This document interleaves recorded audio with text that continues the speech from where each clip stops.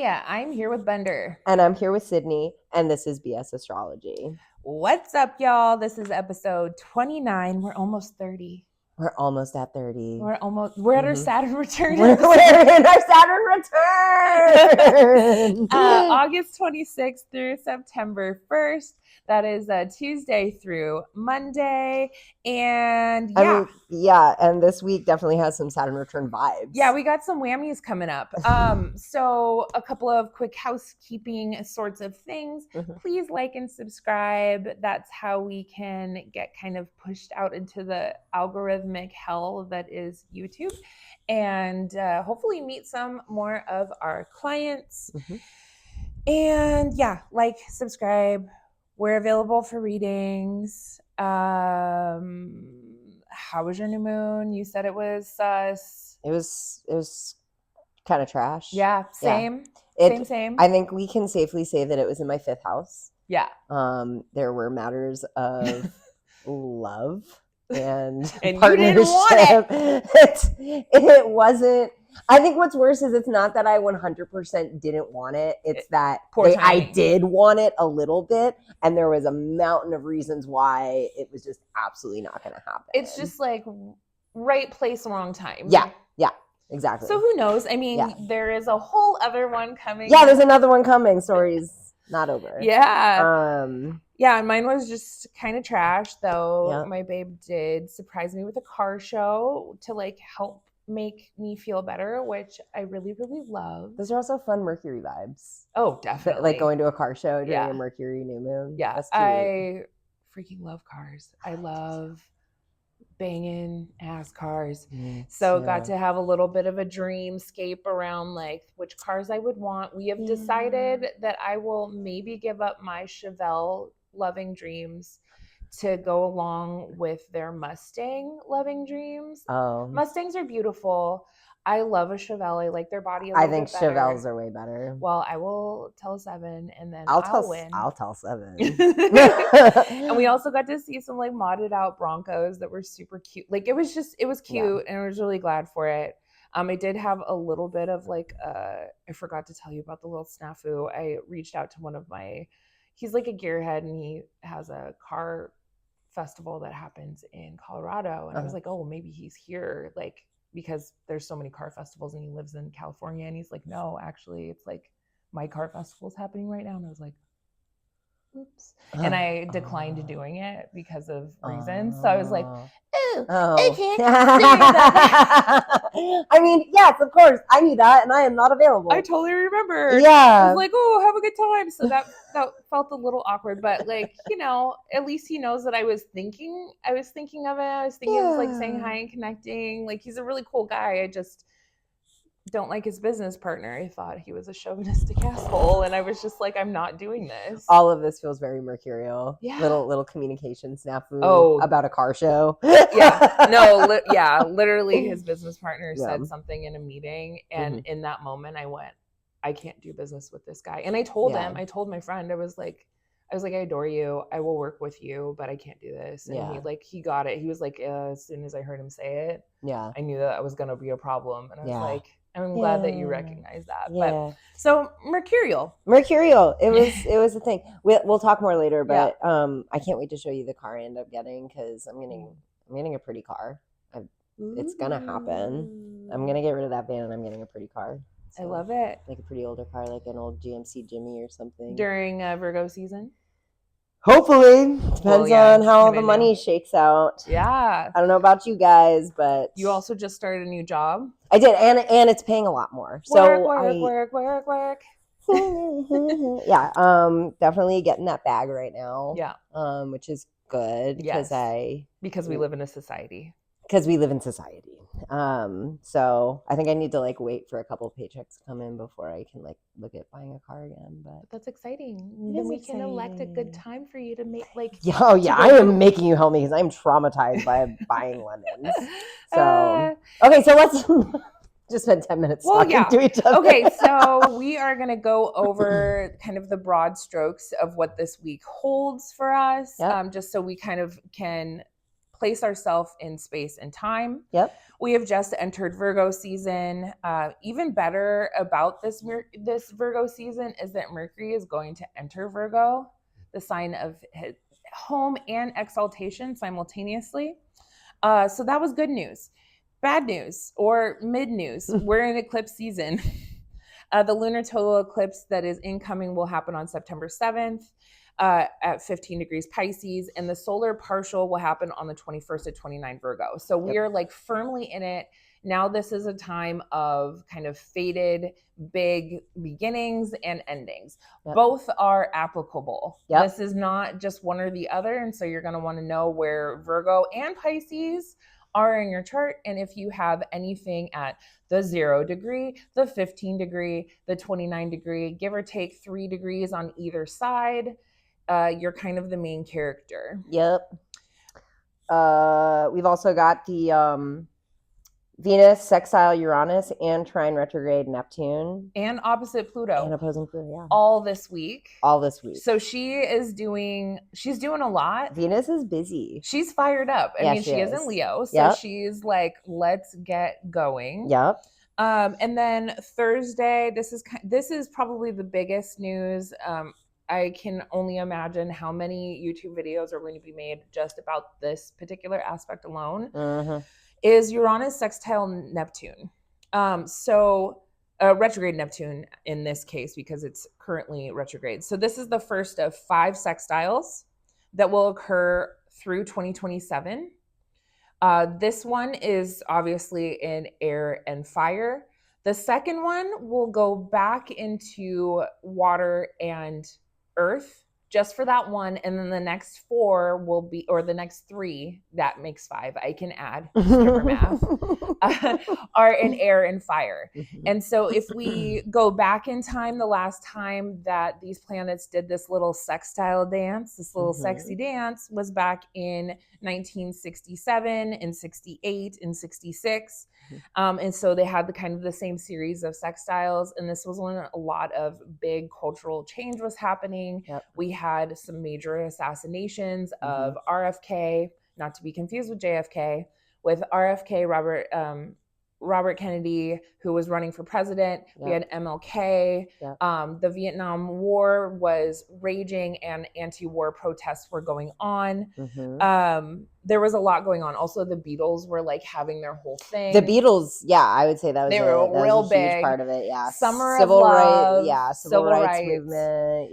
So, and then if we go back further, and for what it's worth, if there's any comfort to be taken from this, like when my father has talked about what this period of time was like, he was like, people genuinely thought the world might end and society might collapse, especially after like all the assassinations. And we're here right now. We are wondering if the world's going to end. So history doesn't repeat, but it does rhyme. And we already know that we have some wars and that other word that I'm not going to say in order for a video to actually go out that are raging on. And we are watching music festivals be prevalent everywhere. They're not being televised, obviously. And well, the music festival will not be televised. It will not. And then prior to that, these sextiles were happening, I believe, in the 1500s. I did not write that down because what was the 1500s? Is that there the Renaissance? There was no, not 16. 16. Okay. 16? No. Frick. Anyways, I'll edit that part out. But these sextiles will not happen again for another 110 years. So like we are in big, pivotal, cultural, technological change times. And we all incarnated at this time. Congratulations. We also have Pluto in the mix. Yay. Hooray. So these are really deep systemic changes that will be happening, and this dance is going to really be raging for the next few years. So pay attention this week to where Uranus and Neptune are in your chart. It can still affect you personally depending on what houses it hits in. But definitely this is a big culture, kind of like how will these cultural shifts impact you personally? I mean, it's definitely culture shock, right? Saturn's in play right now too, which is literally, Saturn is a planet of culture and Uranus is a planet of shock. So like cultural shocks that have to do with like the dream and the vision and all of this. So We're in it. So other stuff we got going on Monday, Saturn re-enters Pisces until February 2026. I am hoping that, because you were just talking about with eclipse season, beginnings and endings are on the table. I'm hoping that this is, for everybody's sake, there are some fortuitous beginnings here. Because as we've been talking about, Saturn in Aries is not great for beginnings. It has not been. So hopefully during this little pocket of time, maybe that'll make this eclipse season a little more fortuitous for getting things started. I agree. But we'll see. And something to kind of keep in mind too, like if you're going to be like starting a new business or something like that, Saturn is in much better condition being even retrograde in Pisces than he is in Aries, though he does have triplicity in it. It's fine. He's in better condition for what it's worth. So he's kind of a better business planet. Yeah, better business he's planet. A better business planet. You know, the BBP. Yeah, until February. So if you have any plans to launch something, you might want to wait until like Saturn's in that 28, 29 Pisces and going direct, which we'll talk about when that happens. I think that's not until like January or no, November he goes direct, where like he's going to be particularly juicy for those things. Tuesday, cute news. Mercury enters Virgo. We love it. We love her there. Yeah, it's a good place for Mercury to be. Yeah, she's precise. She's analytical. Communication is clear. No bullshit. Yeah, she's got her systems intact, in place. She's done the analysis, and here's your spreadsheet. Work. Yeah, she's great. Service oriented. How can I help you? Customer service to a T, which we are lacking these days. Oh my God. Which I don't blame anybody, but man. Nobody's happy in service jobs right conversation about that the other day, but we should keep moving. And just as a reminder, I'm going to keep reminding people Pluto is still very, very close. He's getting closer to that out of bounds declination to the south, which also is still really talking about this Saturn, Uranus, Neptune, Pluto, institutional deep systemic changes that will hopefully have to do a festival, a worldwide festival that allows us all to be a little bit freer, more have laws that actually protect all of us. Yeah. Empowered. Yeah. Feeling empowered, heard, listened to, and represented by people that we really want to represent us. Yeah. Hopefully in the end of all of this, that's kind of where we're at. New, better leadership. We can pray, we can hope. And so I mean he's going to be doing that all the way up and down, in and out of this out of bounds declination until 2035. So really I think that this eclipse season just like really starts, it's like kicks off like probably like a 10-year a 10-year Pluto moment, right? And also just like a 10-year like societal shift that has this beginning of this Uranus Neptune thing. I do think there's something very distinctly beginning right now, and that brings me back to, I do think, you know, eclipses always bring sudden endings, for sure, for some of us. I do think that this is like stepping into new territory kind of energy, for sure, for everybody in so many different ways. So fingers crossed it's for the better. I think it will be. It's just, you know, sometimes things that are for the better don't always feel for the better when they're happening. I mean, we were all born in unprecedented times. Okay, so let's jump into Tuesday, August 26th. Let's just get right into it. That's Mars's day. It's Mars's day. And at 7:25 a.m., so just as we're waking up or just getting into work, just starting our day, Moon in Libra is going to be conjuncting Mars in Libra at 12 degrees. Let's get fired up. Let's get fired up. And that's the Libra way to do it, right? Yeah. Let's get fired up. Great for social interactions. I don't know. I think Mars in Libra is kind of catty. And I think that... I mean, there's a diplomacy thing, right? Like where it's like, I'm going to play nice. Yeah, it's like that kind, like it's like, okay, passive aggressive maybe is the better way to put it. Like Mars in Libra is very passive aggressive. But like I think there's like a deep, passionate, like, or not deep, but like a passionate need Yeah, well, not deep. Was that Freudian? Yeah. There's like a passionate need to like connect to the point of like, hey, you come here. Yeah. We're going to talk about this policy. We are Mhm. going to talk about this right now. Mhm. That sort of thing. Yeah. And so I think it's spicy. It's good for like getting your body moving in the morning. Definitely, it's gonna be great for getting your body moving. Like I said, I think it's gonna be great for just like feeling social, ready to collaborate. Yep. Kind of day. Yep. It's a good energy to wake up with. And then just to like skip over some of the minor aspects, we don't really have a lot of major stuff going on until we get to 1:58 p.m. Mhm. We're going to have Venus in Leo, sextile Uranus in Gemini. This is the first sextile with Uranus in Gemini. It's going to happen at the early degrees. Yep. It's like an unusual connection. Yeah, definitely. Unusual, unexpected connection. New ways of flirting, being in Yep. a relationship. And that's the thing, it's Leo and Gemini, so it's flirty. Yeah. Like it's not just like, yeah, definitely it's like flirty. It's like new modes of communication. I think it could be like unexpected friendships. I think that could come from this kind of thing. This feels like the kind of sextile that happens when like some company like releases an app. Yeah. Like, want to be, connect with your friends in new, exciting ways. Look at this button. It looks shiny. Look at our new interface. Yeah. You know what? It would be really nice for changing up your appearance a little bit, right? Like getting like that weird like skunk streak in your hair that somehow you pull off. That feels very like Venus sextile. Unusual Uranus. haircut. Yeah, unusual haircut that like everyone's like, that's not going to work. And then they see you and they're like, huh. This is like it's like electric blue mascara. Yeah, and that's what I'm saying. It's not just like changing up your appearance, like getting a regular haircut. Like it's got to be something like odd, asymmetrical. Yeah, a weird piercing, like you get like a weird like bridge piercing or something, and everyone's like, that's gonna look like trash on your face, and then they see it and they're like, oh, it's pretty good. Oh my god! So, but it's new. She's fresh. She's flirty. She's playful. We like the sextile. It's gentle. And then at 3:18 p.m., Venus trine retrograde Neptune in Aries. I mean, this is very dreamy. This is passionate. I mean, the week starts dreamy, doesn't it? Yeah, between that like Libra Moon Mars conjunction and then all these like Venus contacts.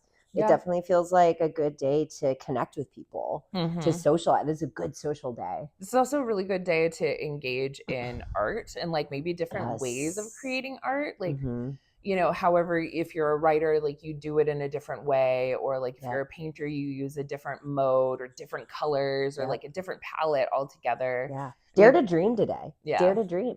Venus trine Neptune is definitely like that like not unrequited love, but like that like overwhelming, super romantic, but like too good to be true, especially in the fire signs. Like this isn't in the water. This is do first, think later kind of energy. This is like, you look hot, we're getting married. This is like you walk into a party and you see just this babe across the room and it feels like love at first sight, and you leave together that night and have an incredible night. And then reality hits later. But the night that you guys meet, you're like, I just found the one. It's two airheads in love. We're just two airheads in love. Everyone's hot. The photos look great, but like literally can't hold a conversation kind of thing. Yeah, exactly. Great Instagram photos. Yeah, exactly. And then it's like something you'll always remember, right? You'll be like, oh, that guy that one time. Yeah. So that's pretty cool. Wait, are we still on Venus right now? Yeah. No, 4:23 p.m. Moon square Jupiter in Cancer. This is definitely, be cautious of going overboard with like your indulgences at this point. Yeah. Feeling like big, feeling bold, like, big feelings. Yeah. But like feeling totally valid in your feelings. Yeah. Which again, I think that with that Venus Neptune trine, I think there is a chance of having some Delulu energy. Yeah. On this day. I feel like this is an unnecessary purchase. Oh yeah, for sure. This is, you spent $300 in your Sephora cart and you're like, I'm gonna look so hot. I need this. But I need this. And then, your bank account is like, I can't believe you just did this to me. Yeah, correct. 7:06 p.m. Moon sextile Mercury in Leo. Yeah, which is nice. Yeah. good conversations. Yeah, creative conversation. Yeah, again, Playful. but I still think that this can kind of feed into the delulu, where you're just kind of like, I feel really good about where I'm at right now. Yeah. But that was a really productive conversation. Yeah, I feel really good about that talk. I shared my dreams. And it was like totally ungrounded. That person loved me. The other person walked away with a totally different perspective. Yeah. Right. So I would say like this again, this day's gonna feel good. I do think it's a day where you could feel good and you could have conversations and you could creatively express yourself. I think that engaging in art and like self-reflection in really creative ways, like journaling or making an art piece or something, I think that's the most productive way to work with this energy, or just like hang out with people that you love and trust. Yeah. Though at 10:53 p.m. we do get that Venus opposite retrograde Pluto. So now we're in that space of like those kind of love connections that feel like it's like all is fair in love and war. It's very much like power and control dynamics in relationships and in money. You know, this could be a period of time where you're kind of thrown into the deeper processes of your relationship. You're like, oh, I didn't know we were going there right now. And especially with all of these like trines and sextiles, like we're talking about it and like, oh no, we're talking about like this really deep shit. Yeah. And I'm not prepared for this, or it feels really intense. Or someone like tells you they love you and you're like, I don't know if I feel the same way. Like, like it's definitely energy like that. Or someone trying to take advantage of you romantically. Yes. Yeah. Feeling used. Projected upon. Feeling projected upon, right? So I would say like this is a very, very big Venus day. This is going to be about creativity and expression and relationships for sure. But it's a little bit of a mixed bag. Yeah. So and I mean that whole opposition is going to be forming all day, you know, because Venus she's not super fast, but she's not super slow either. And so it's just going to be like building and building. So it could almost feel like everything's feeling great, but like in the background, something is looming. Something is filling up. Something is becoming more intense. Something is becoming more critical. And you don't really get to know what that full thing is until the evening. Or you don't want to know until the evening. Also important, there's like no earth energy on this day. Well, like except for the sun. We are sun in Virgo. But for the most part, most of these contacts are not grounded. They're not grounded. Yeah, the sun in Virgo is like, hey, I need you to kind of tighten this up. And everybody's like, Virgo sun is like the mom who comes home in the middle of the big party and it's like, what the fuck, guys? Come on. Yeah. So, yeah, definitely do some grounding exercises to start the week. Let yourself dream. Let yourself believe in possibilities. God knows we need that energy so bad. Don't rub on your thigh because it's going to make sounds. Okay, sorry. Squeeze. So yeah, I think that's good for Tuesday, is just do some grounding exercises, let yourself dream, don't get carried away. Yeah. And also maybe try not to make any rash decisions around relationships. Or money. Especially with Venus and Leo. Like you want to spend money on the flashy thing, on the fun thing. On you. You want to spend money on it's you. It's a dopamine hit kind of Venus. And we were just talking about how we are all so desperately looking for dopamine. Yeah, this is the time. Yeah. Yeah. This is either the time or like super not the time. It's not the time. It's not the time. So yeah. All right, let's talk about Wednesday, August 27th. Wednesday is Mercury's day. Mercury is really kind of like he's cruising. He's going pretty fast because if Mercury's going to enter Virgo later this week, like he is cruising for a bruising. And a Mercury in Leo would be cruising for a bruising. Oh, absolutely. Definitely. As a Mercury in Leo, yes. Always cruising for a bruising.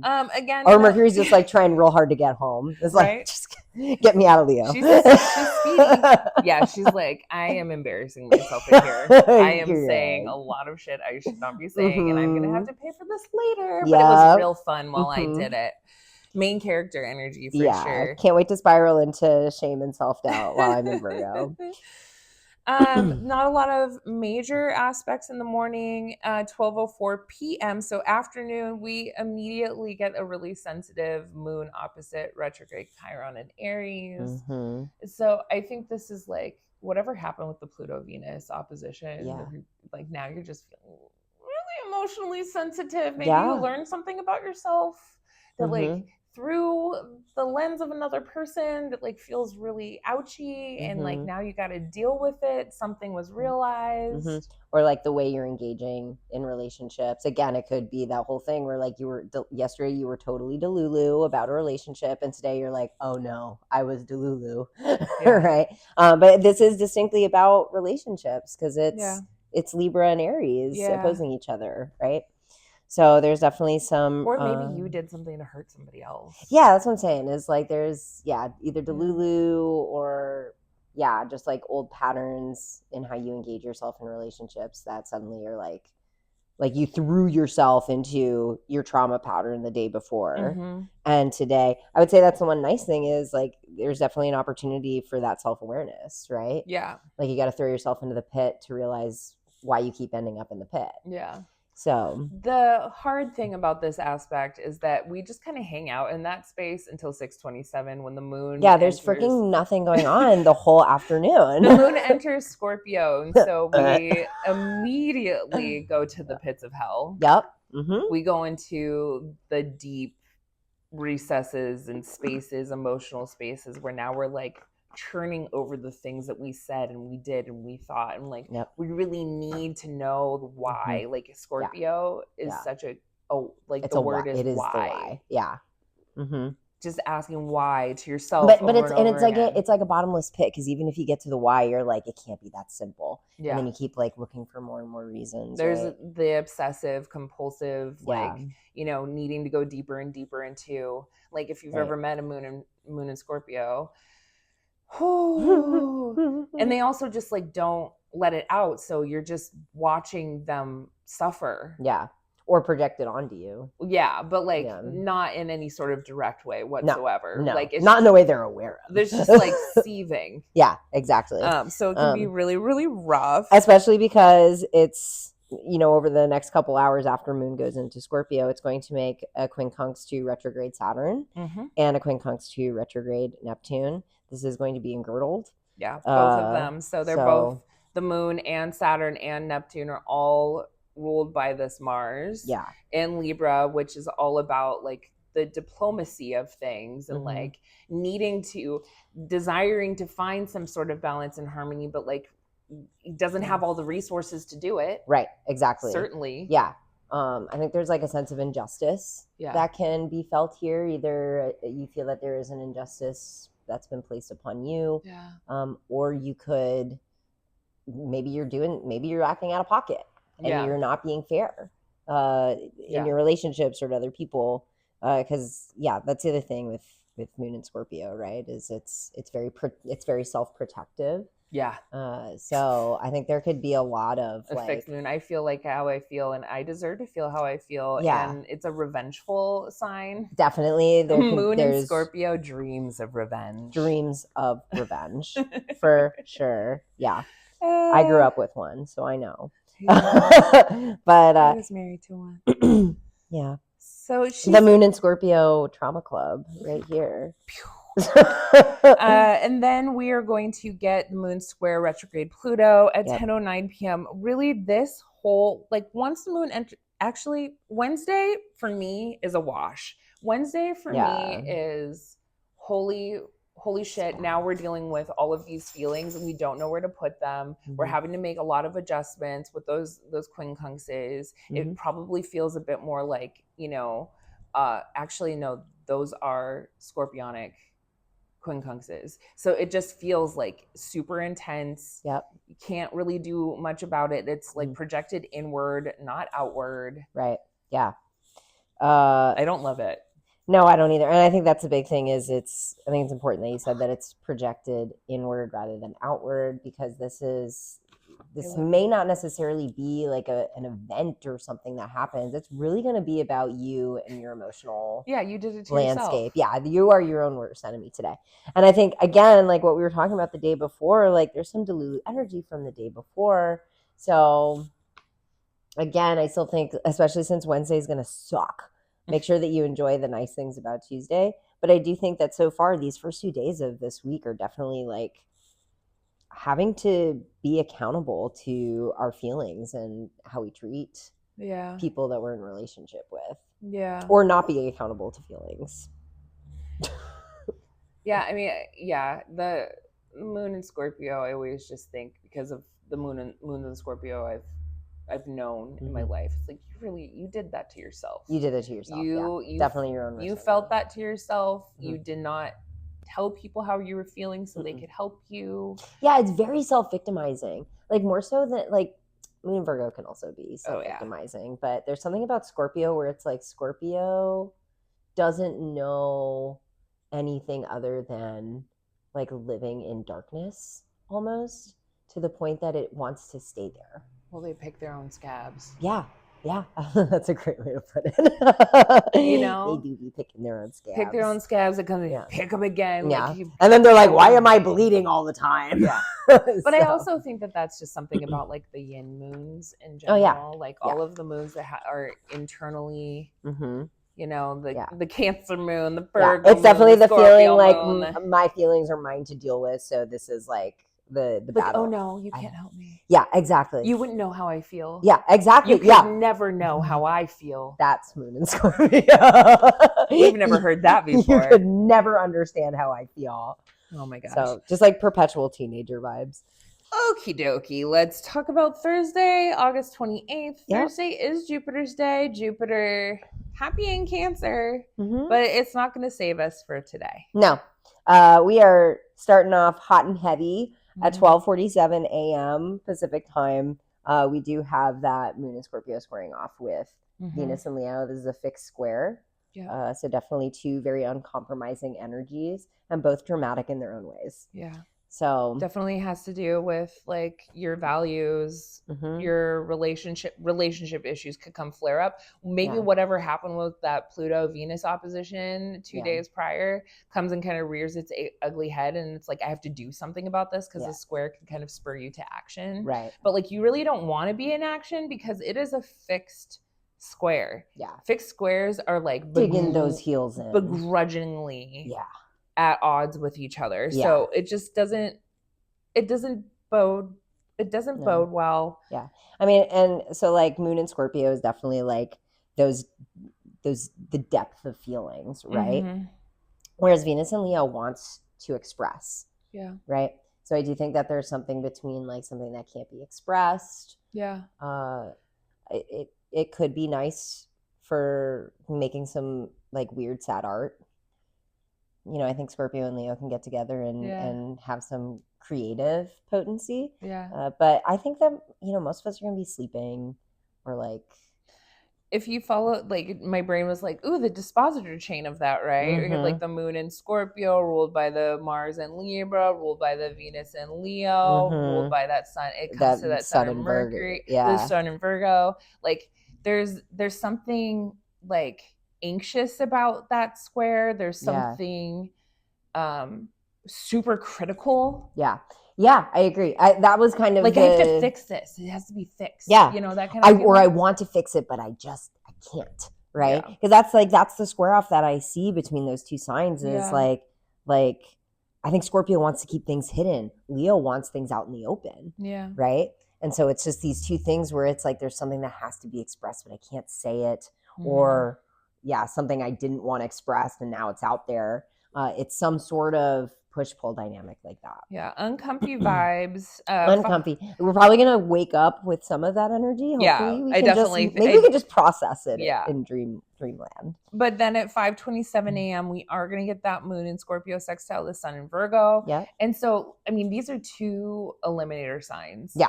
So it's like, maybe after that square, whatever happened in your dreams, maybe whatever you've been processing around like relationships and values and all of that stuff. Now you're in this like, okay, I know what to do about it. I have the opportunity to do something about it with that sextile. Like it's almost like feeling at peace because like the moon, you know what you have to do. And what you have to let go of. Yeah. Yeah. It definitely feels like a release kind of moment. I just love Scorpio and Virgo together. I think they're one of those like power couple vibes. I mean, it's also like super investigators. Yeah. If you clearly see what I value. I'm like, I like them because they can just like dig in. Talk about like you pick the scab and then you like dig deeper and like you pull out the cyst or whatever. Yeah. That's Scorpio and Virgo working together. Oh, 100%. Yeah. I mean, yeah, it's an investigative kind of like conversation, kind of sextile with those things. We're gonna get Moon. Moon is gonna biquintile retrograde Saturn and Neptune. You know, that's gonna be the morning vibes. There could be, I don't know, those are talent. That's a talent aspect. So it's like, it is. You know, the ability to kind of get down to brass tacks or to like kind of really be aware of like what your vision is or what your dream is to like get those things done. Yep. And then we got the biggie. Yeah. And well, so it's important to note that all of these aspects we just talked about for Thursday all happen before 10 a.m. Yeah, all in the morning. And then it's like super quiet all the way through 5:14 p.m. Now, this is a huge aspect that's coming at 5:14, but for the most part, this is a fairly quiet day, save for Uranus sextile Neptune, which is like the biggie, right? But he's at 1 degree. At 1 degree, he's already been, they've already been so close to each other, like having this dance within 3 degrees for like probably a couple months now, I think. Yeah. So we're already seeing some of like the bigger, like kind of rapid changes around, you know, technology and the dream and the vision that like various cultures, not just America, like has for how we're going to go forward into the future.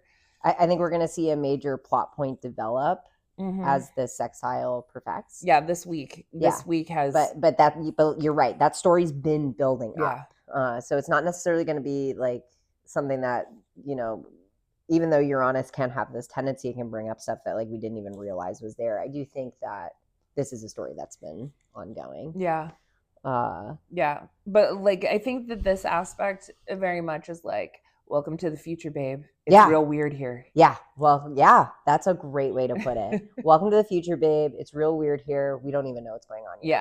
Yeah. You know? And we don't get to know because even if we go back in time, like we briefly talked about in the opening notes for this episode, Uranus still does what Uranus does, which is literally surprise, is literally shock, is literally difference, is eccentric. You cannot predict what or how Uranus delivers.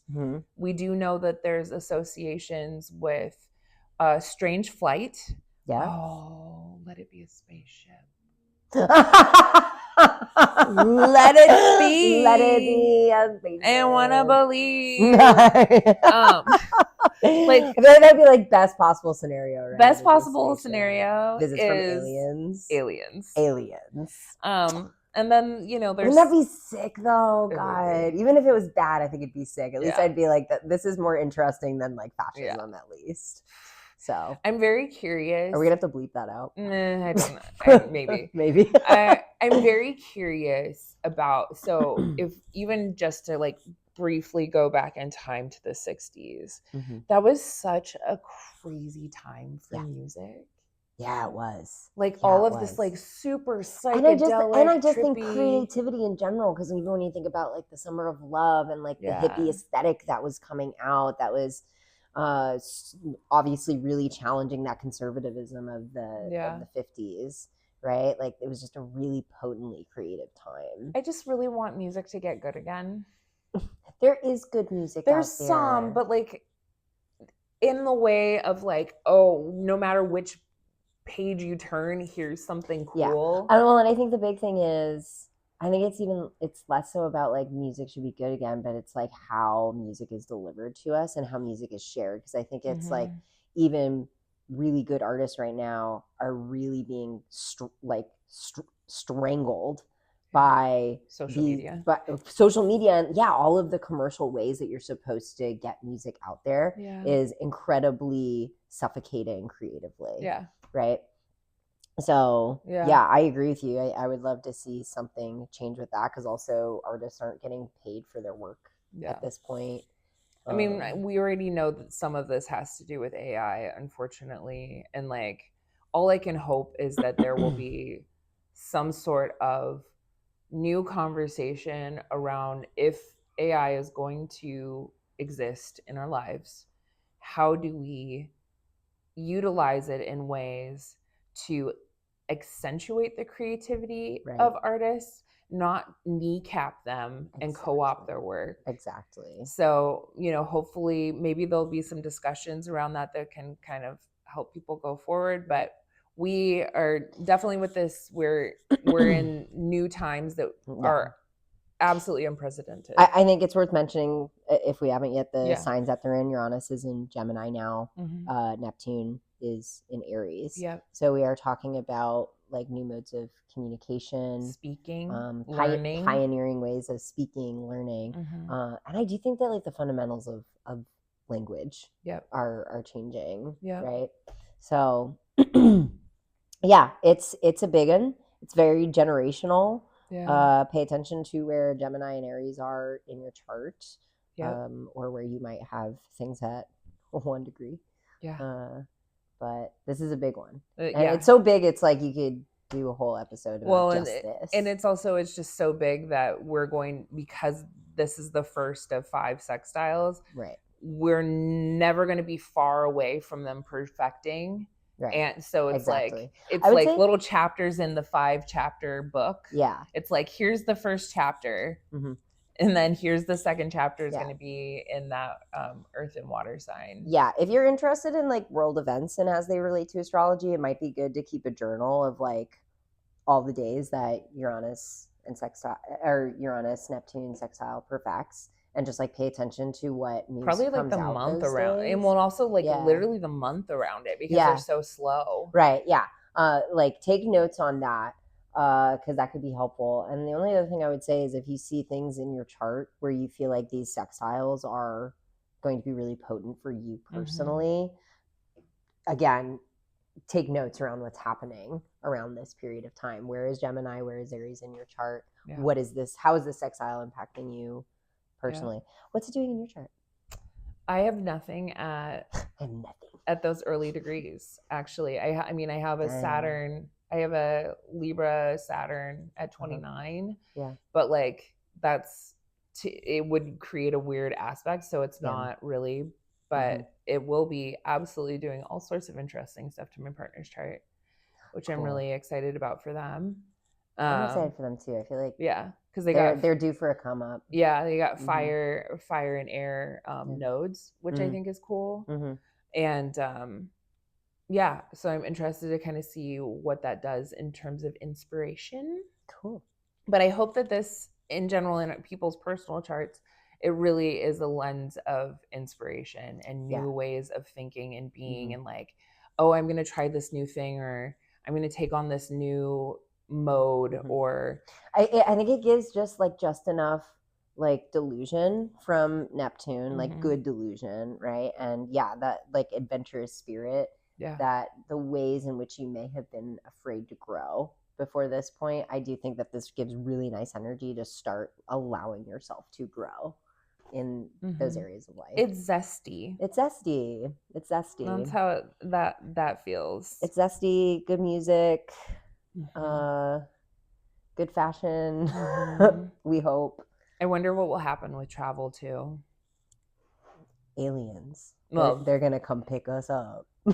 I also want, like, is this? I'm gonna get a new car. Is this the period?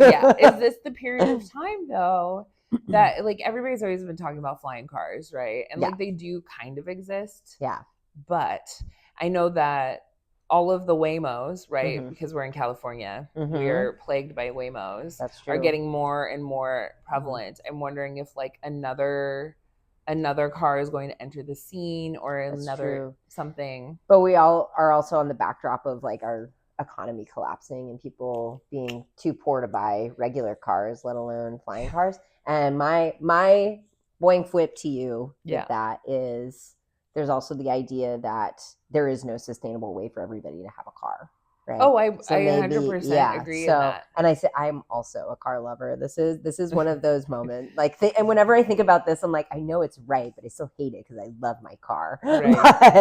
But, the idea that maybe people shouldn't own cars and we should be investing way more in public transportation, because we also have the technology for freaking bullet trains that could take us across the United States in a matter of hours. Our government doesn't want that. But it wants us to buy gas guzzling machines. Yeah, they want flying cars and coal. They want us to use coal. Okay, I think we've gone. Hey, it's a big one. It is. And now we're on to Friday. Venus's day. Venus's day, August 29th. Venus is in Leo. It's in She's Leo. having a good time there. She's just like me. She's chilling. Sun in Virgo is judging her quietly. Yeah, she's like, very soon you're gonna take a hit. Yeah, exactly. In a few weeks' time, my friend. For it. Yeah. But we don't have a ton of aspects happening today. It doesn't mean that we're not feeling things, because this has already been a rock and roll sort of week. Yep. And also remember, Uranus Neptune sextile is just kind of omnipresent right now. And will be super strong for quite a long time. Yeah. We are going to get some, I don't know, it's like cranky, frustrated sorts of aspects in the morning. Moon in Scorpio sesqui-square, that retrograde Saturn in Aries, and then we get the sesqui-square from the moon to retrograde Neptune. Fortunately, it's like early. But it could be sort of like weird in your dreams. Like when you have that kind of dream where you can't quite get to where you want to be or take the action that you need to do. It's like missed. Or you just wake up with anxiety from whatever you were trying to process. A little bit of cold sweat kind of. Yeah, displaced anxiety. Grossness. But we do get one beautiful aspect for the day. 5:38 a.m. Maybe plan your wake up around like 5:45 a.m. Set your alarm. Moon trine Jupiter in Cancer. Yeah. That's nice. Intuitive, watery. I mean, it's particularly because it's Jupiter in Cancer. This is just going to be like all the feelings. Yeah, but like in a way that is really feeling. It's like really feeling. You're gonna want to feel your feelings at this time. I think this would be a really good time to engage in like a really good cry, probably by yourself, because Moon in Scorpio wants to be fucking alone. Doesn't want to do that. And honestly, Cancer wants to be alone sometimes too. Or only with like their emotional support. Yeah. People and things, right? But it's like a deep well of emotions, sensitivity. It almost feels like intuition's a little bit heightened as well, because the water is such an intuitive sign. Yeah, I think there's a lot of desire to feel safe, and thinking about what makes you feel safe at this time. I do think it's funny that like this trine happens, which is really lovely, and we get some, the kind of easy aspects to like feel creative and to like go a little bit deeper, maybe to experience with the quintiles of the Sun and Pluto. And this is all happening before the moon is going to go out of bounds tomorrow for Saturday. So it's like feeling everything. So then you can just like really feel everything. Yeah. This is like triage. It's like it's almost like, it's funny I'm saying this for Virgo season, but it's almost like you wake up and you make the list of all the things you're going to be feeling over the next few days, right? You're like, this is where my feelings are at. Let's go for it. It's a good time. Like Moon in Scorpio is really about like eliminating. It's supposed to be about elimination, eliminating all of that shit that you don't need to like purge feelings that you no longer need to feel. So like, maybe embrace the purge. Embrace the purge. I think so. I think like just like having a good fucking cry this morning is gonna be really cathartic. It's a quiet ass day. 5:47 p.m. though. What do we get? Moon in Scorpio squaring off with Mercury in Leo. And then the void, of course, is going to be. And then that's where the void, of course, begins. Yeah. I mean, that is an argumentative little square. It sure is. It sure is. Again, we already talked about that fixed nature between Scorpio and Leo. Yeah. They do not see eye to eye. No. And again, I think it just comes right back. But with the Mercury in Leo, a fight, arguments, or just like ruminating. Yeah. It's it's intense pressure in your brain. Yeah. It's a brain crisis. It's a brain crisis. It's a thought crisis. Yeah. Yeah. Maybe it's around like in the ways that you're not getting recognized. Yeah. But like also you're not necessarily voicing them correctly or voicing them at all. Yeah. It's like, you should know. Yeah. You should know. And that's so Moon in Scorpio, right? It's like, you should have just intuited how I felt. You should know what I need. Yeah. And it's like, you haven't talked in 3 days. Yeah. I know. We haven't even seen you, bitch. We haven't even seen you. What do you mean you need things? And it's like, I needed you. You weren't there when I needed you. And it's like, you didn't call.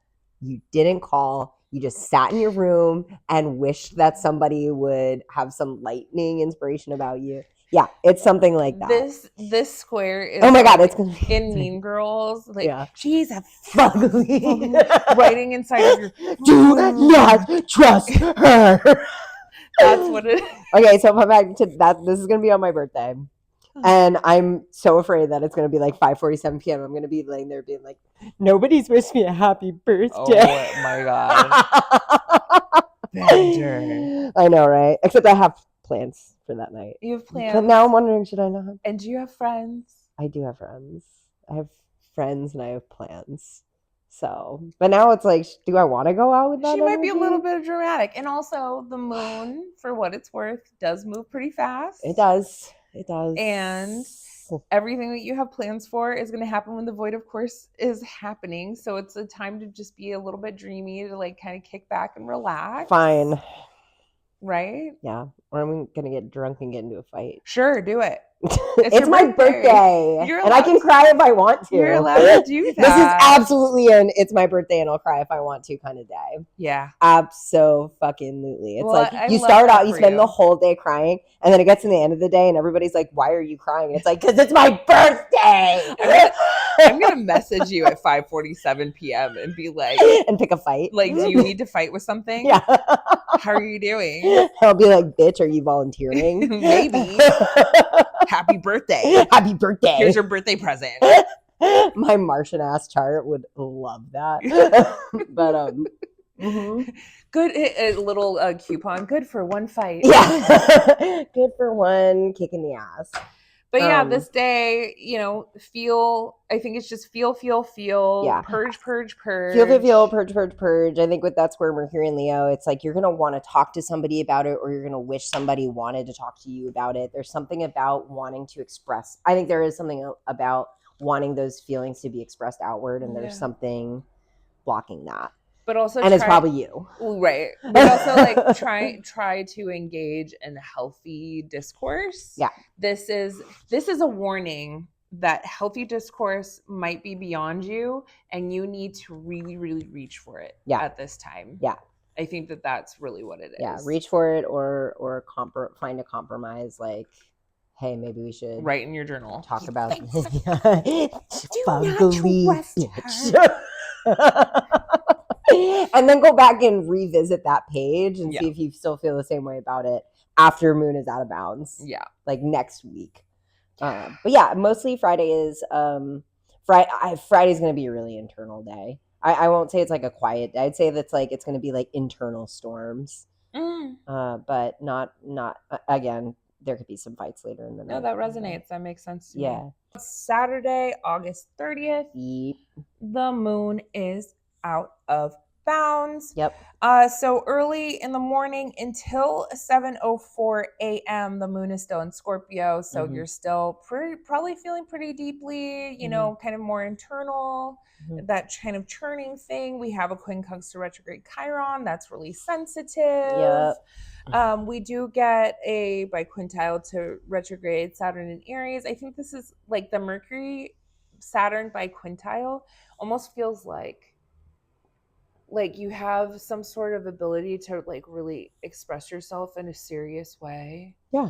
Like with some gravitas. Yeah. Like or being able to like speak your like your not really dream, but like your goal into like a reality. Yeah. Or like, yeah, to make just because it's like Leo and Aries, it's that very like forward fire energy. Yeah. I do think it's like, you can like formulate a plan. Yeah. With the biquintile, I think it's like, making plans. Yeah. 7:04 a.m. Finally, we get a little bit of a lift off. We get the moon entering Sag. We love a moon in Sag. We certainly like it more than Scorpio. Wants to fuck off. Yeah. I'm just gonna go and fuck off now. Yeah, I'm just gonna go fuck off now. Of course, we are air moons, so of course we're like, we love fire.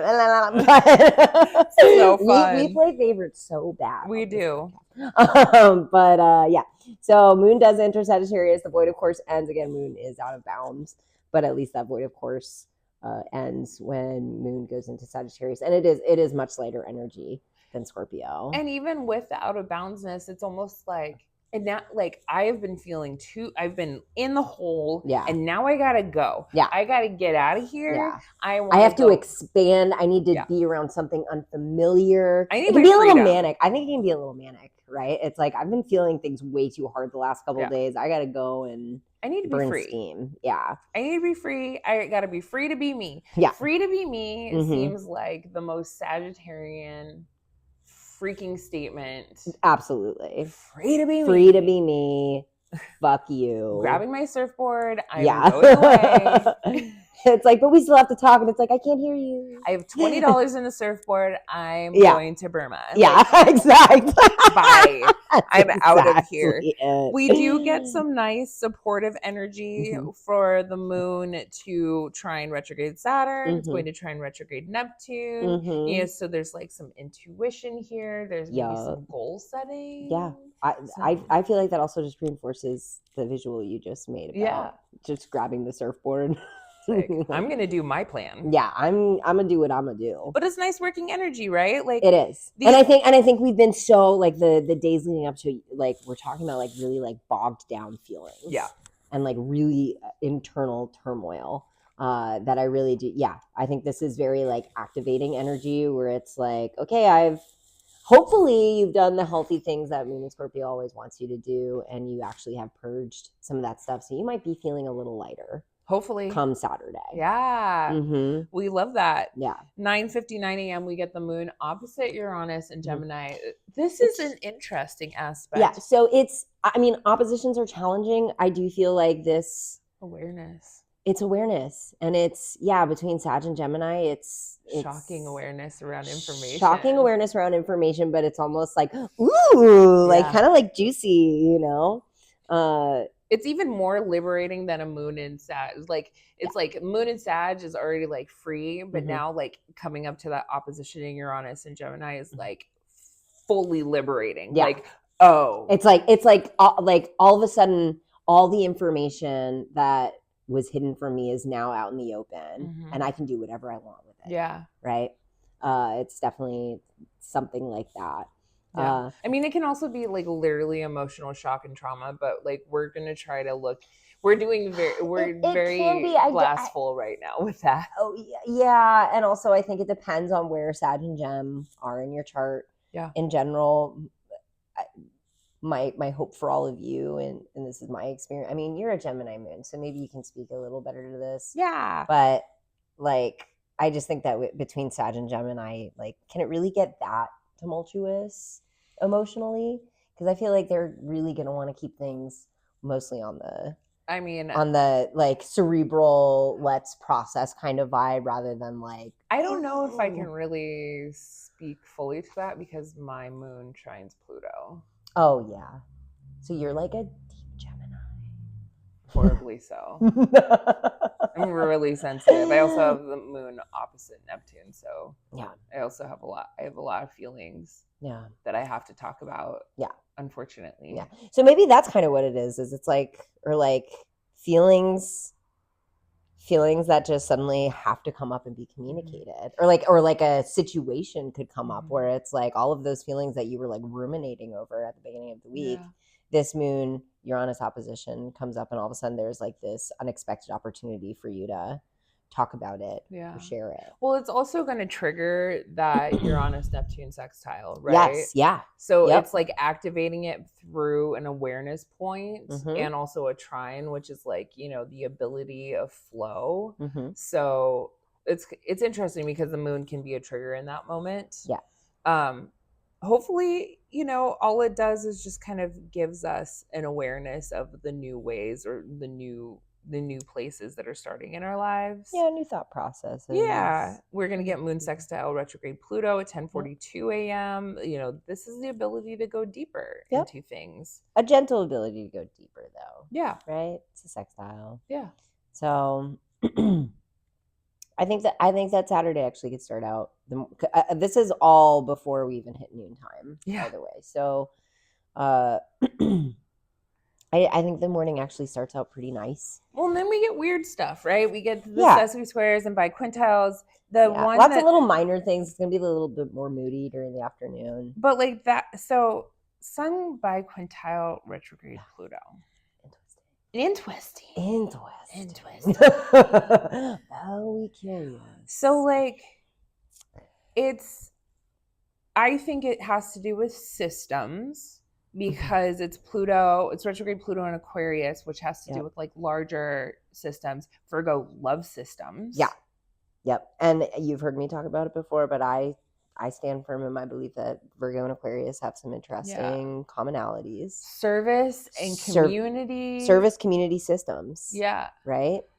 There's something creative here, maybe on a deeper, I mean, obviously it's a biquintile, so they don't consider it a major aspect, but these are planets that don't move super fast. I mean, the sun moves a degree a day, but there's something here where it's like the sun is almost being able to do more Virgo things in a deeper way. Yeah.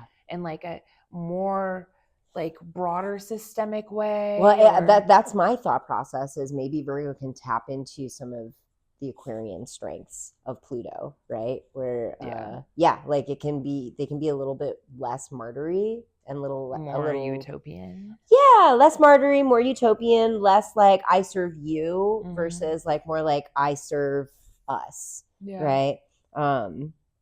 But still with that focus on work and service. Yeah. So it's earth and air. Yeah. You know. So like talking about or talking about like tangible things. Like, we're talking about tangible things that have to do with certainly with communication. Yes. No matter what. And with like systemic structures, right? Do you wanna hang out instead of shaking? Come here. No. You wanna hang out with me? Are you gonna let me? No. Let's try it.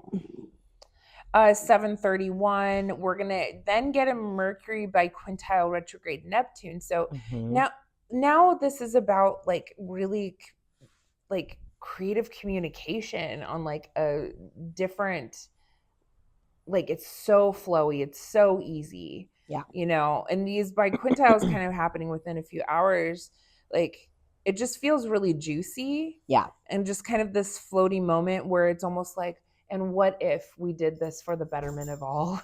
That's kind of what it feels like. What if? Like, what if we all got along? Yeah. Can't we all just get along? Kind of energy. Yeah. Yeah. I agree with that. Dreaming of something bigger and better. Yeah. For sure. Especially with like Mercury and Leo. Can be so idealistic. Yeah. And I would love to see, I don't know, I feel like a person that would be born with a Mercury and Leo biquintile retrograde Neptune and Aries, that is like I don't know, it's like Mercury makes my Mercury does quintile. Does Neptune. It? Yeah, I have a Mercury Neptune quintile. Yeah, I mean it's it's like artistic, but like with words, with communication. Yep. I'm a good writer. Yeah. And I do think that like this is an interesting thing where it's like I struggle with chronic depression. I ruminate. I have all of the Virgoan tendencies of in that sense.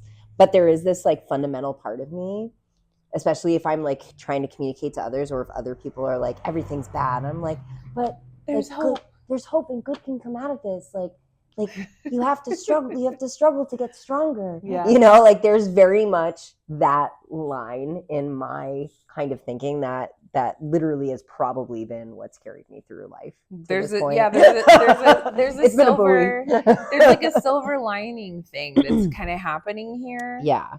Which and also just like the juicy beauty of suffering. There's definitely a thing for me where I'm like, life is hard and that's what makes life beautiful, right? Wow. There's definitely like, that's a huge thing that I have struggled with. I know.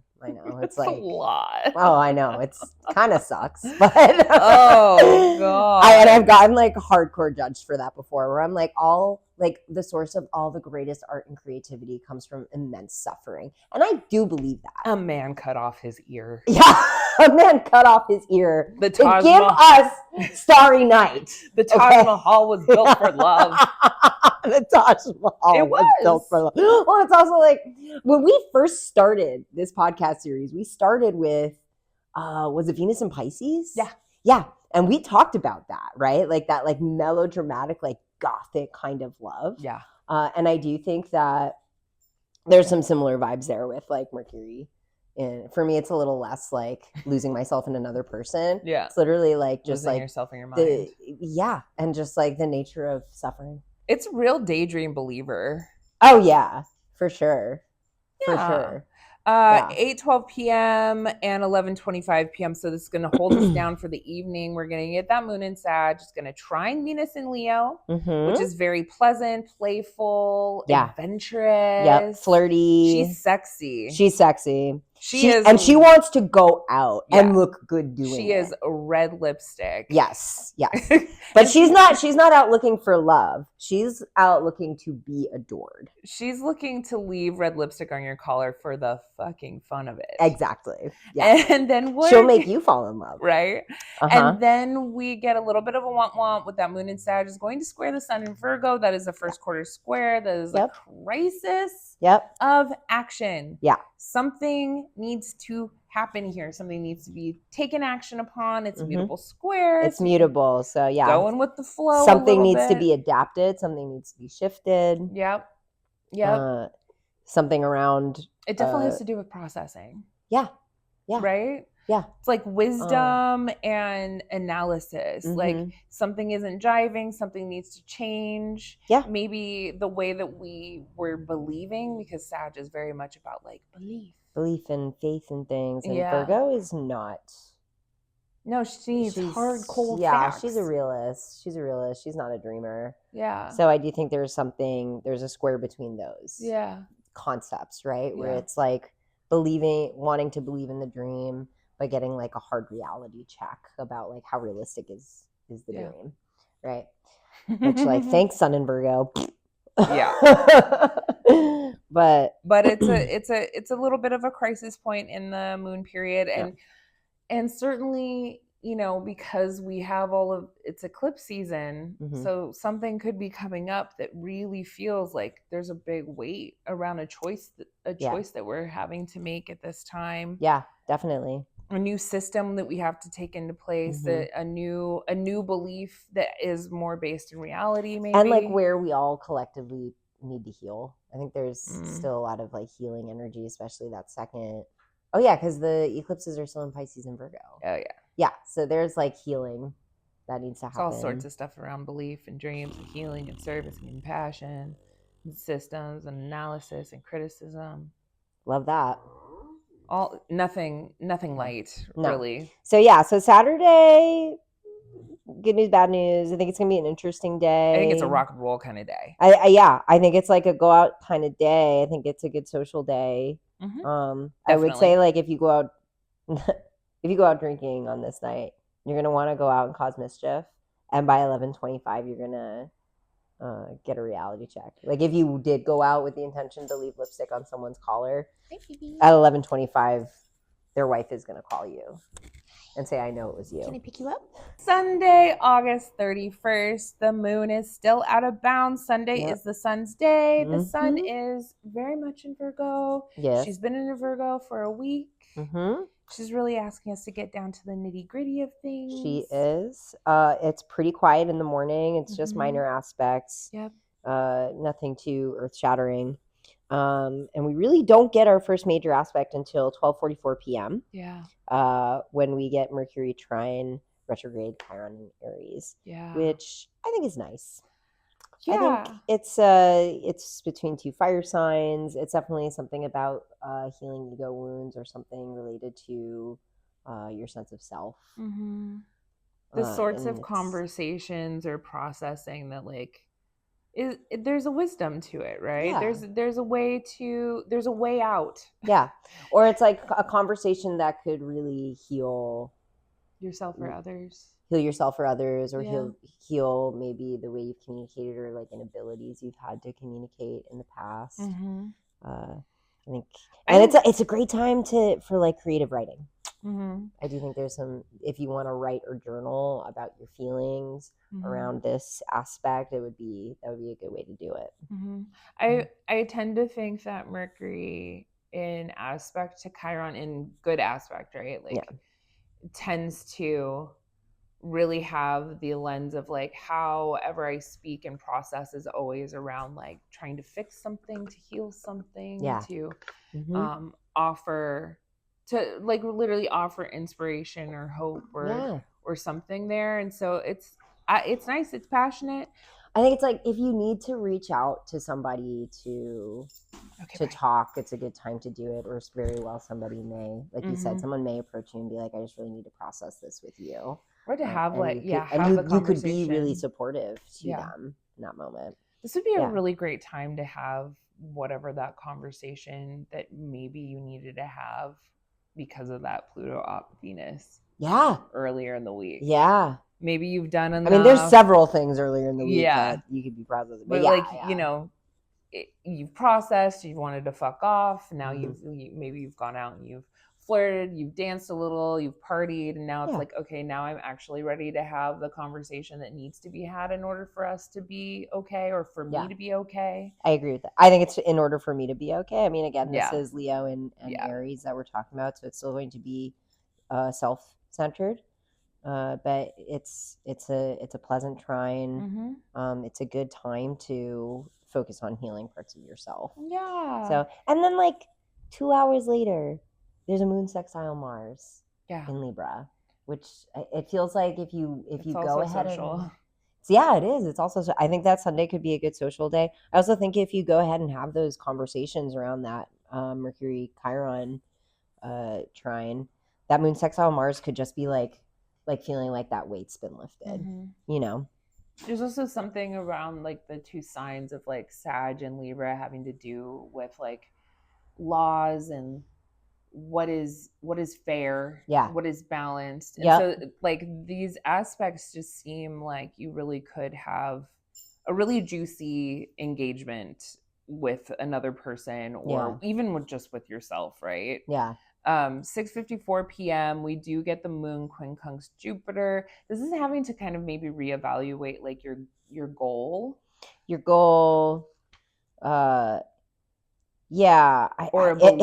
almost, especially between like Sag and Cancer, this feels a little bit of a moment of like having to look at like where you've been flying a little too close to the sun. Right? It's just like where I've gone too far out of my comfort level and found myself in like really uncharted territory, and I need to kind of pull myself back in a little bit. I think that this quincunx seems super uncomfy because I could not think of two signs that have do not absolutely have annihilated it. Oh my God. But like, you know, moon and Sag is like so adventurous, and like, or just Sag placements can be really adventurous and like really big picture, and like Cancer is very like home oriented, safety oriented, and like Sag isn't really interested in safety at all. And so it's like, what are you talking about, bro? Like, it's fine for us to go on a hike. And Cancer is like, let's get on the plane. And then like the Cancer's like, no, I'm staying under the covers. I just have a feeling. You know. And so I just think that all in all just like feels really really anxious in a way that like I don't think that this quincunx really gets like fixed or resolved. It's interesting. It's almost just like having to acknowledge where you're having to kind of live in discomfort for the moment. Uncomfy parts are. And just kind of make peace with that. You know what this made me think of? I don't know if we've talked about this before, but something I've noticed in a lot of readings I've done in the past is a lot of people who are first-gen U.S. citizens or their parents are immigrants or whatever, super, super common to either see that they're Sag moons or ninth house moons, right? And I think there's something inherent about like you're just like permanently kind of displaced. Like a lot of first-gen Americans have shared the experience of like if they go back to the country that their parents are from, they don't belong there. But there's lots of rhetoric in the US that says they don't belong here either. Fish out of water. And there's no way to fix it, right? Which is very quincunxy, right? And also like the difference between them and their parents. Right? Where and just like feeling permanently split between like two cultural ways of being. Right? I've seen it it's like it's gotten to the point where it's like if somebody asks me to give them a reading and I know that they are children of immigrants, I'm like, your moon's gonna have some sort of ninth house or Sag thing happening, and I'm like always right at this point. So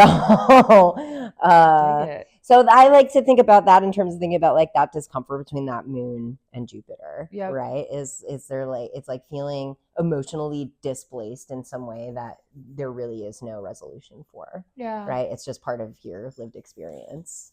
So we're on to our last day, Monday, September 1st. Welcome, September. Moon is still out of bounds. And it's the moon's day. And it's the moon's day, which is fun. And we are off to a running start. 1:06 a.m. Retrograde Saturn goes back into Pisces and will stay there until February. Yeah. So this is we've got a nice big old chunk of time. If you thought that you just escaped your Saturn returns, all you Saturn and Pisces, get ready because you're about to have like your final exam. Yeah, especially if you have late Saturn in Pisces. Yep. This is like kind of the last little hit. Yep. And for those of you that have Saturn in Aries, this might be a time where there's a little bit of like a letting off of the gas. Mm-hmm. Hopefully, goddess willing for you. Yep. So you can maybe like collectively take a little bit of a breath before it starts to apply the pressure again. And maybe like take a few notes on what Saturn and Aries has been like for you so far. Yeah. So this will be a good moment, to take that breath and, maybe regroup. Yeah. Saturn in Pisces did bring us a lot of interesting things around water activities, like boat activities, things around orcas killing yachts. Yeah. The Ocean Gate thing where the billionaires got imploded. There's another one there's another one. They just announced that another billionaire is going down. What an idiot. Wow. That guy doesn't have an astrologer. Wild stuff. If that guy had an astrologer and saw that Saturn was going back into Pisces, he'd be like, hell no. Absolutely wild. Goofy. I am curious because Saturn has really been a planet about tariffs. Mm-hmm. I'm wondering if like the actual tariffs for things that come to us over water will really actually take place because they keep getting like pushed off. I believe they did officially go. Did they start on the 21st? Okay, so like it's just happened, which means that we're not going to start feeling the effects of it for another couple weeks. But do you want to come up?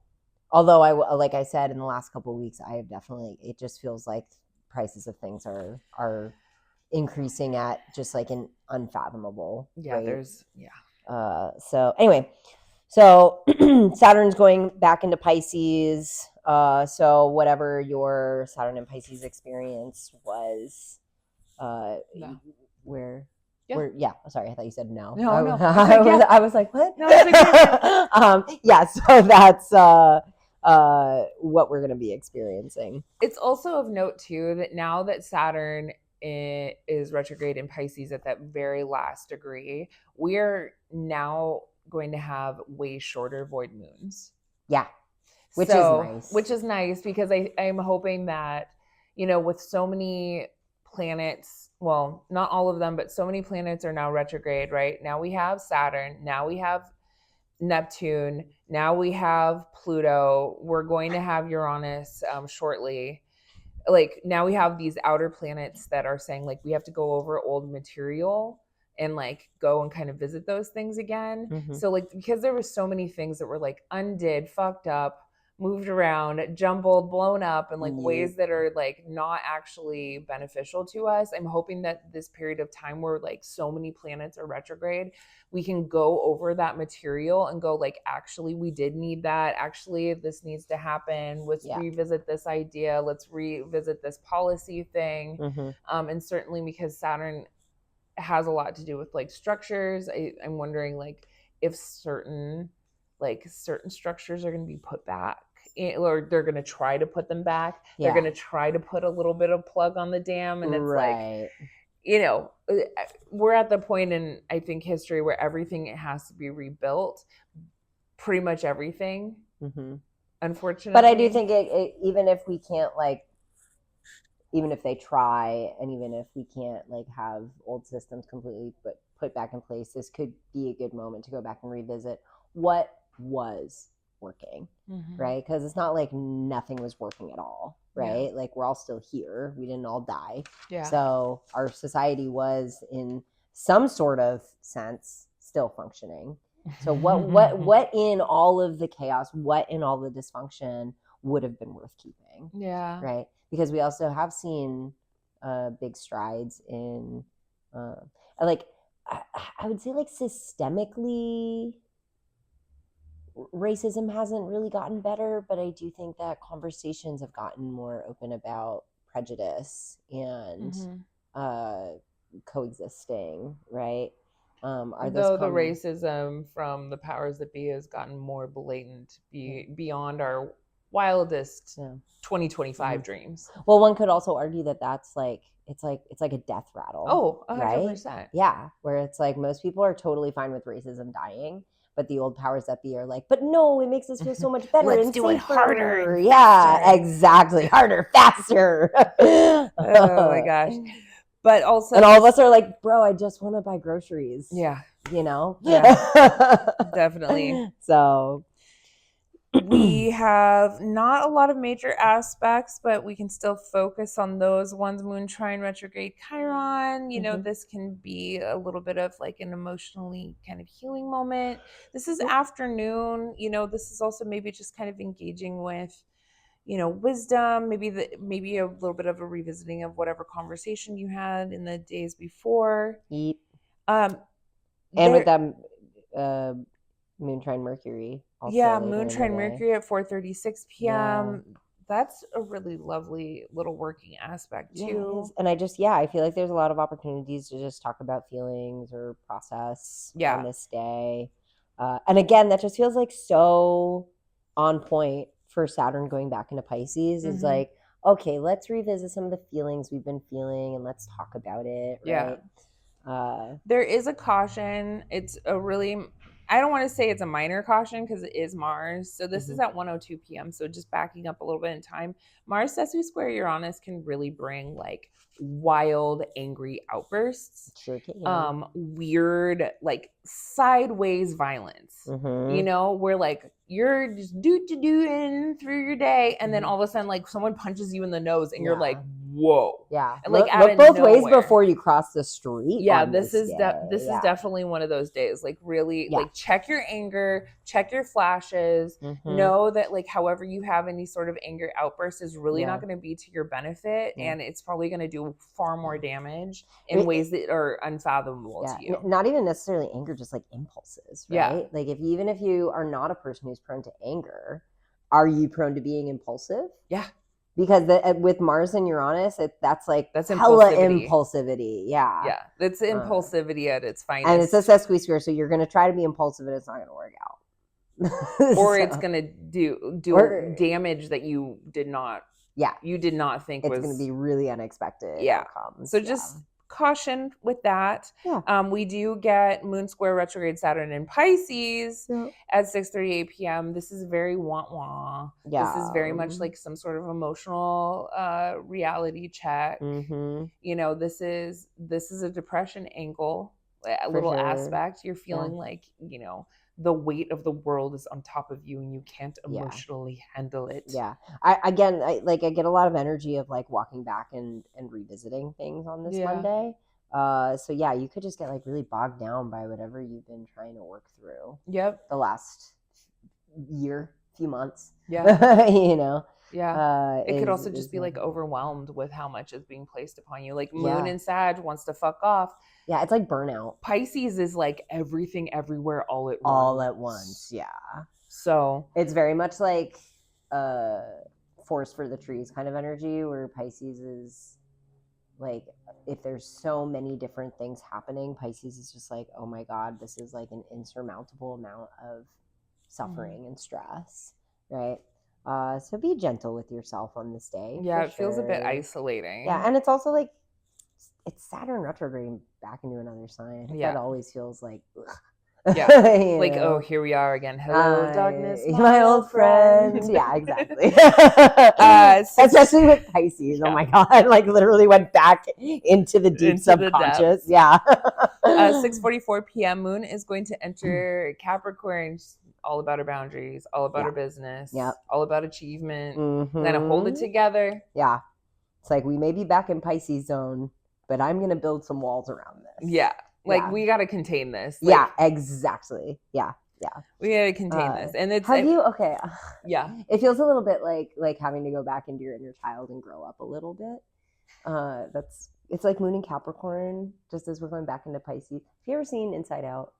No, but I was just thinking of Peter Pan. Yeah. Like, kind of vibes. There's a scene in Inside Out where the kid's feelings find her old imaginary friend who's now living in like the deep recesses of her mind because she's outgrown him, right? And he's like slowly dying. Oh geez. Yeah. And it's basically, it's like it's like whole thing, and that brought that up for me. And like, as he dies, Moon goes into Capricorn and the imaginary friend dies. Oh God. Well, I was just thinking of like the Lost Boys. Yeah. Right, like in Peter Pan, where like they have to decide like to grow up, and they have to choose it, right? Like, because they can also choose just to not to just stay in Never Never Land. I mean, is there anything more Never Never Land than a Sag? It's so true. Yeah, Sagittarius is Peter Pan. Yeah, absolutely is 100%. Peter Pan. Yeah, it's like, ew, girls, ew, growing up. You know, so like that Cancer. Fairies are real. Fuck you, because Peter Pan's kind of an asshole. Yeah, like he's like everything that you hate about 10-year-old boys is Peter Pan. I've known, which feels very Sagittarius. Yeah, yeah. I mean, yeah. Mm-hmm. Yeah, I've had some Sag friends. I would say that they're very fun until they're assholes. Yeah.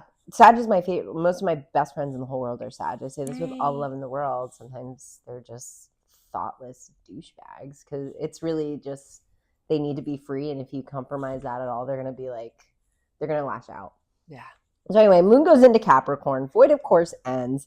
And about 3 hours later, Moon square retrograde Neptune. Yep, this Moon is going to square retrograde Neptune, which feels confusing, overwhelming, disillusioned. Exactly. This is another, to me, with the Moon and Cap, right? Mm-hmm. This is very much another depression. Like, well, and I think, okay, so what is the dream I've built? This is trash. Yeah. Well, and so when we talk about like Moon trine Neptune, right, and we talk about how it's like this sweet delusion and you're not being realistic and you think such good things and it's not grounded in reality. Yeah, it's like the opposite side of that, where like things could feel a lot worse than they actually are with Moon square Neptune. Like, you could be like, like, this is trash. I'm trash. Everything is trash. This is not going to get better. Self-deluding. Yeah, and really, it's not that bad. Yeah, you may have found like one little flaw in something, and Neptune ran with that. Mm-hmm. So just again, like, be gentle with yourself this day. I really feel like this is a day where you need to be gentle with yourself. You need to move slowly. Need to be like very cautiously processing things, especially with Moon going into Capricorn. Like, take your time. Moon in Capricorn wants to take its time, wants to really make sure that be thorough. Yeah. Be thorough in your delulus. And then the last aspect we're going to get is 9:34 p.m. is Moon in Capricorn, quincunx Uranus and Gemini. This is an interesting little systems upgrade that you didn't maybe intend for or want. It's like when your phone updates itself. And like, you don't want it to. And you don't want it to, and you don't know how to navigate your phone. All of a sudden, your own fucking phone that you've had for 2 years does a system update, and now you can't find your camera roll. This is also maybe having to change how you feel about something due to new information entering your field. Yeah. Where you're like, oh. Mm-hmm. And then you have to get kind of like real and like down to brass tacks about it. Mm-hmm. And like really kind of root yourself in sort of like the sort of reality, given all of the information that's been presented to me in this like really kind of shocking way. I have to change and I have to like. And I think with the quincunx, you're right. It's like you can't really change the circumstances. You have to change your perspective. Yeah. Because you can't change the circumstances with this quincunx. Yeah, this is definitely like a shift in emotional perspective. Yeah.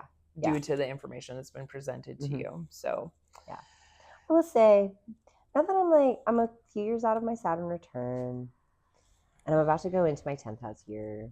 Yeah. And I do appreciate that energy a lot more than I used to, where you get older and you do start to appreciate that a change in perspective actually can be really helpful and feel really good, and can really just release a lot of things that didn't feel good before. Yeah. So in defense of this quincunx and in defense of Moon in Capricorn, I do think that a change in perspective can be helpful. Yep. And that's the week. It's gonna be feelings. Yep. Feelings and then big beginnings.